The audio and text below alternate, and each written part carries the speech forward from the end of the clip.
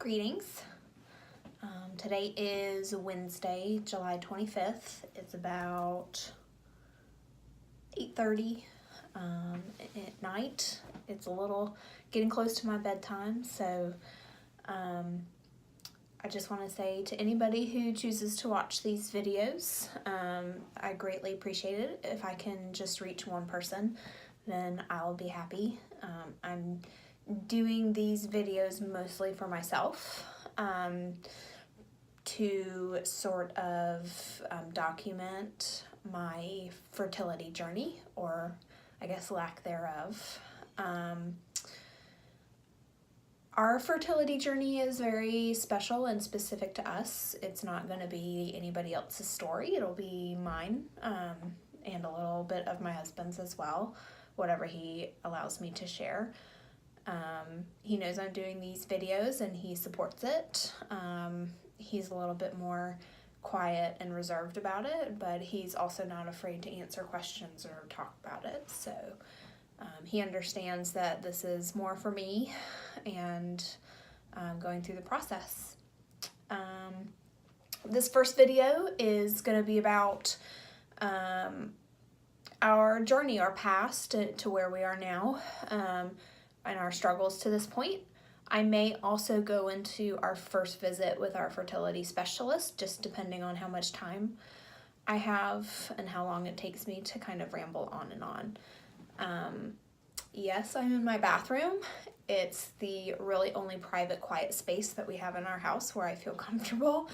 Our house is very open, so there's a lot of noises, and with pets and televisions and noise, it seemed like the best place. So and also I am still in my work clothes. I know I have a sweatshirt on. Where I work, they keep it quite chilly, so I like to be comfortable too. Everybody who knows me knows that I love a good sweatshirt or a good cardigan, so I'll probably be wearing them in almost every video, depending on when I do them. So yeah, I guess I'll just get started with me and my husband and our life together. We got married in March of 2013, so a little bit over 5 years ago, right after he got out of the military. And for a long time, he really was advocating starting a family as soon as possible. He wanted lots of kids and, very soon. I kind of convinced him to kind of pump the brakes a little bit. I wasn't ready, and we were just getting used to civilian life outside of the Army and married life together. Trying to navigate adulting, if you want to call it that. So we decided to wait a few years. And I'll never forget when we kind of mutually decided that we wanted to start trying to have a family.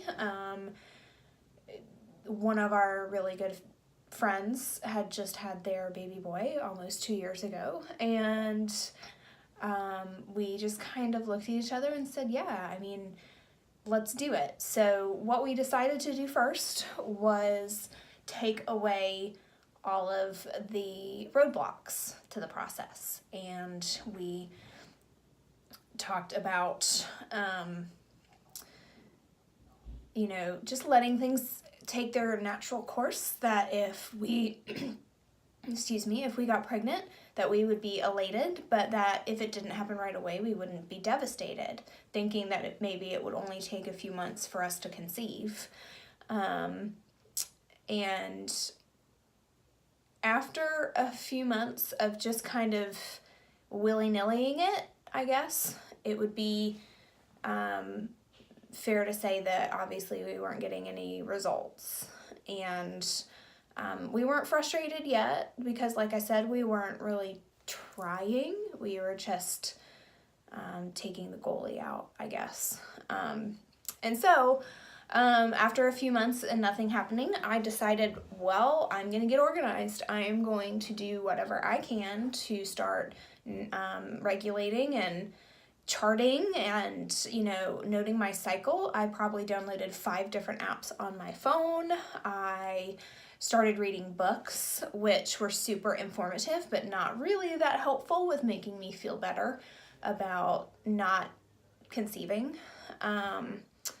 So that whole process was, recording my periods and when we were having intercourse and taking ovulation tests, which are a lot more confusing than people think if you've never taken them. The results, depending on which ones you use, can be a little confusing and you're not really sure if you're using them right. At least I wasn't sure. And I started going crazy because according to my tests, I was ovulating pretty much on schedule. My periods have always been very regular. I've usually been able to figure out almost to the day when I'm having them or should be having them, and I usually don't miss periods. I haven't in a really long time. And so at that point it had been, gosh, I want to say probably a year plus.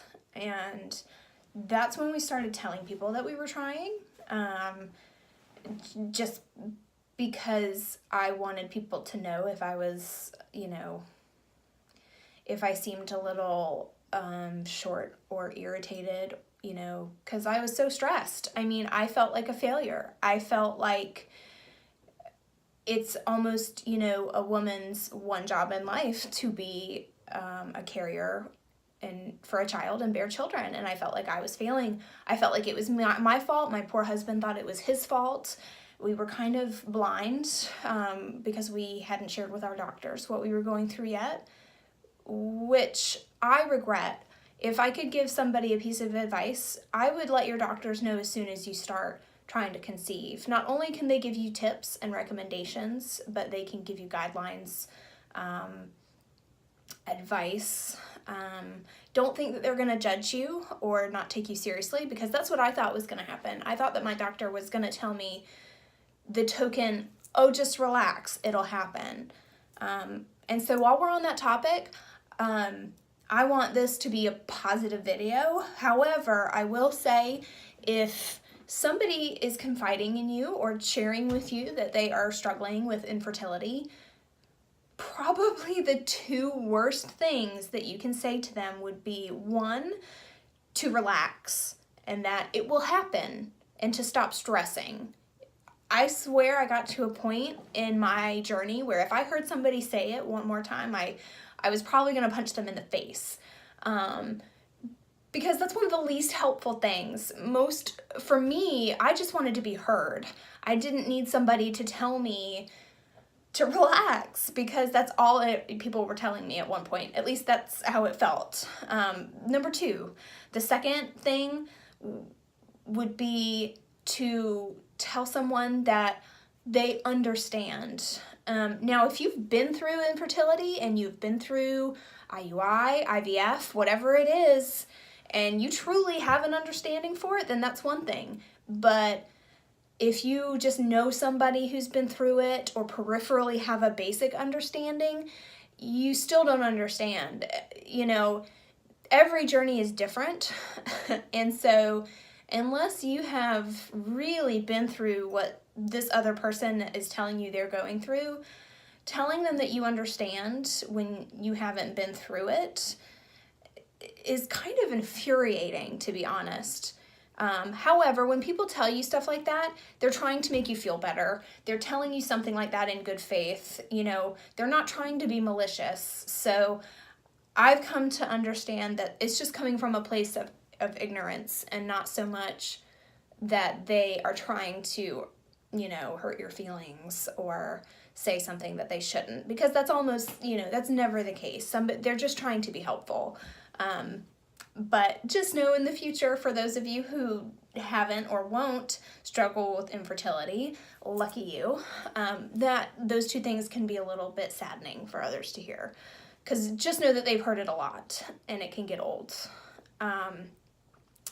So anyway, don't think your doctor's going to do that, because they, at least in my experience, my doctor did not. The stress of trying to schedule when to have intercourse and when to make love really started to take a big impact, a negative impact in our marriage. I was so stressed. I'm a very organized, goal-oriented person, and so when I was doing what I thought was everything that I could be doing, I started resenting my partner and started having negative thoughts about myself as well. I was just as hard on myself as I was on my partner,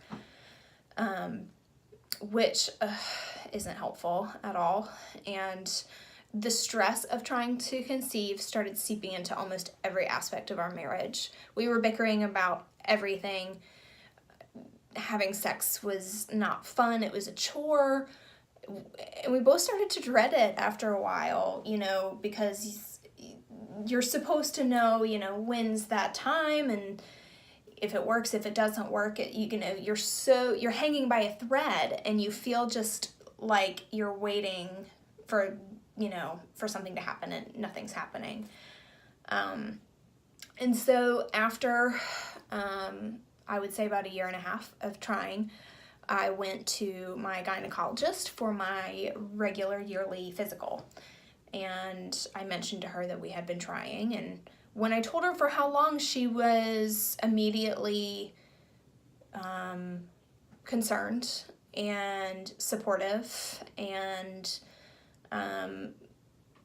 gave me probably the best piece of advice that anybody ever has in the whole process, which was to stop taking those gosh darn ovulation tests and to commit to having sex with my husband every 3 to 5 days. And that was it. And she said, if there's nothing wrong with, you guys physically and everything's working properly, then it will happen. It's just a matter of time. And she said, in the meantime, what we can do is explore your, fertility and see if there's anything wrong. So her first step was for my husband to take to give a specimen for analysis, a sperm analysis. And depending on what those results were, she would start me on what she called a Coma Trial, which involved lots of testing before starting me on a drug called Clomid, which, to my understanding, induces ovulation. And gives you a better chance of conceiving. It's kind of the first line of defense in infertility. It's a little bit less expensive, less invasive. So I was game. I thought, finally, somebody's taking me seriously, somebody's hearing me, and they are going to share with me in this goal of trying to have a baby. So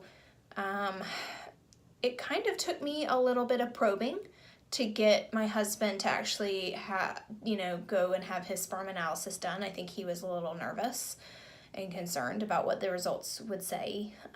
So that took him a little bit to be able to go. And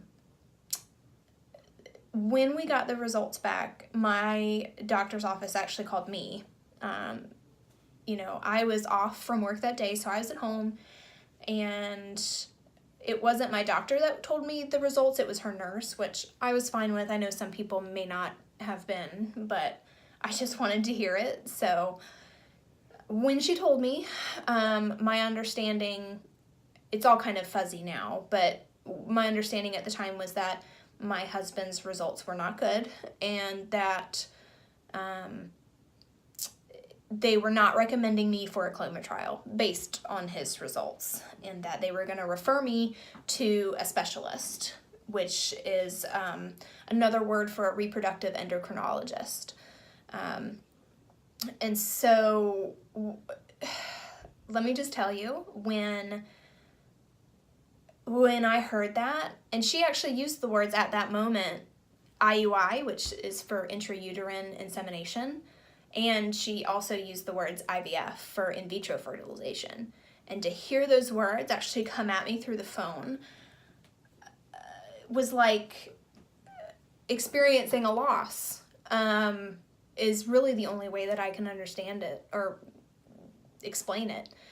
I kind of froze for a minute when she said IUI or IVF to me.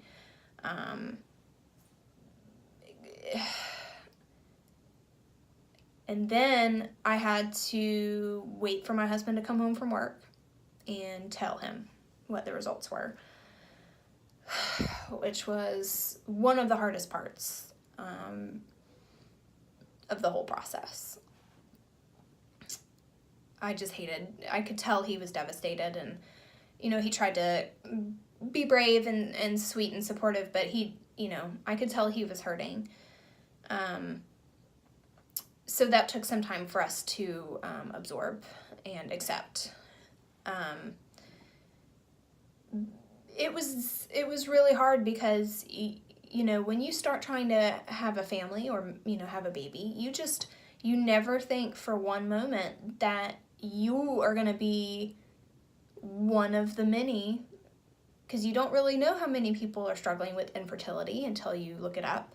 But there are a lot of us out there, and you just never think that you're going to be one of those people. You think that it's going to be okay that you wait. It's going to be that it's not going to affect you.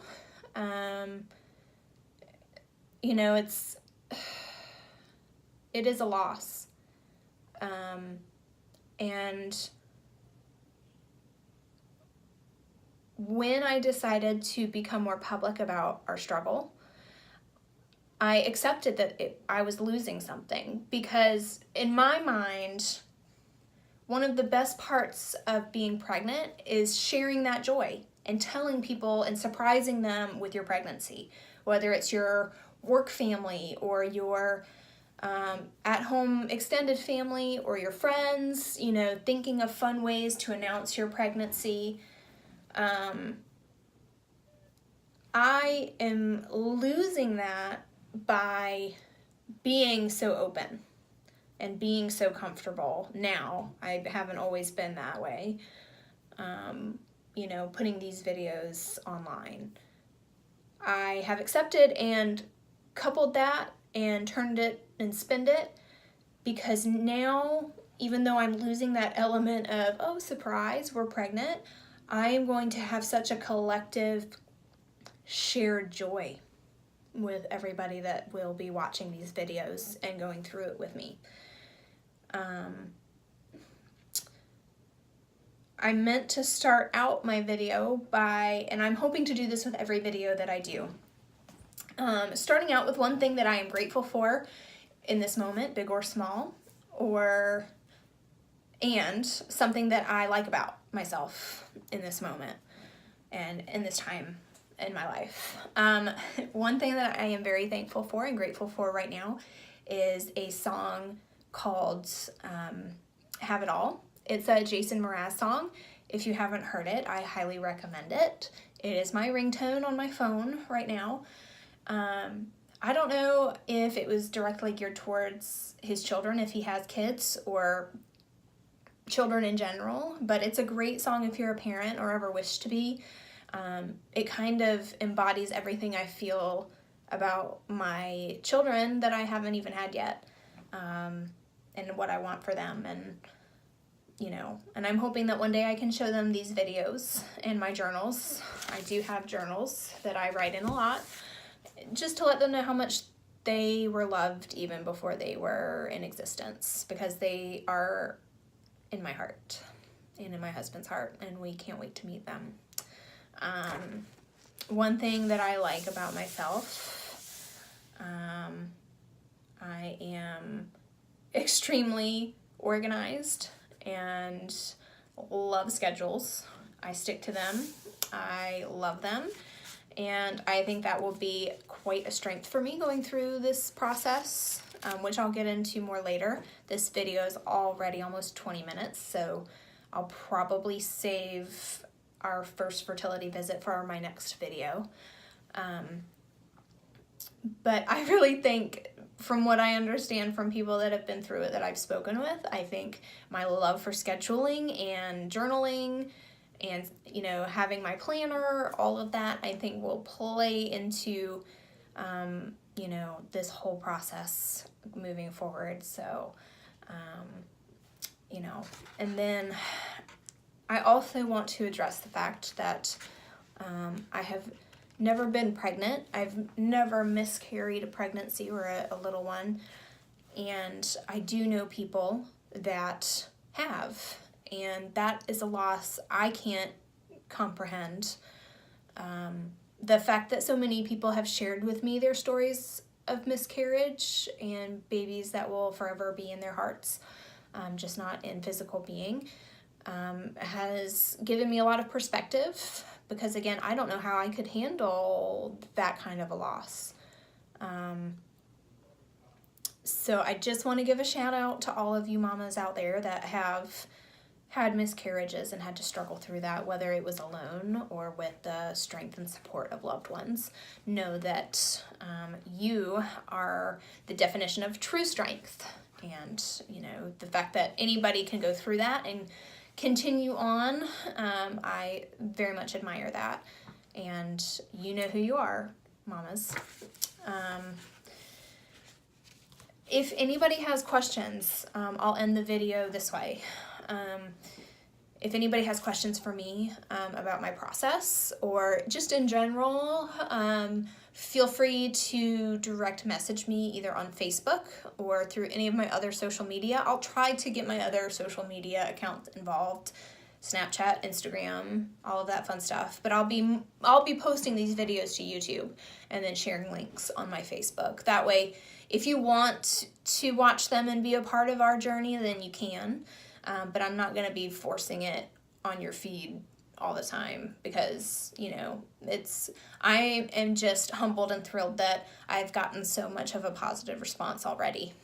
But if you do have questions or things you want me to talk about on my videos, I'm going to try to update you guys as much as I possibly can, you know, as things unfold.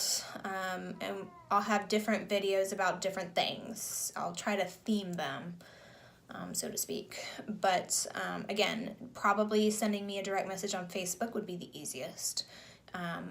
Or text me if you have my number. Next video I will talk about our first fertility visit and the specifics about our infertility overall, the more specifics that we've learned so far. Again, thank you so much for watching or for your interest. I really appreciate it. I hope that this sheds some light on infertility and all those warriors out there that are pushing through. And I hope you guys have a good night. Until next time.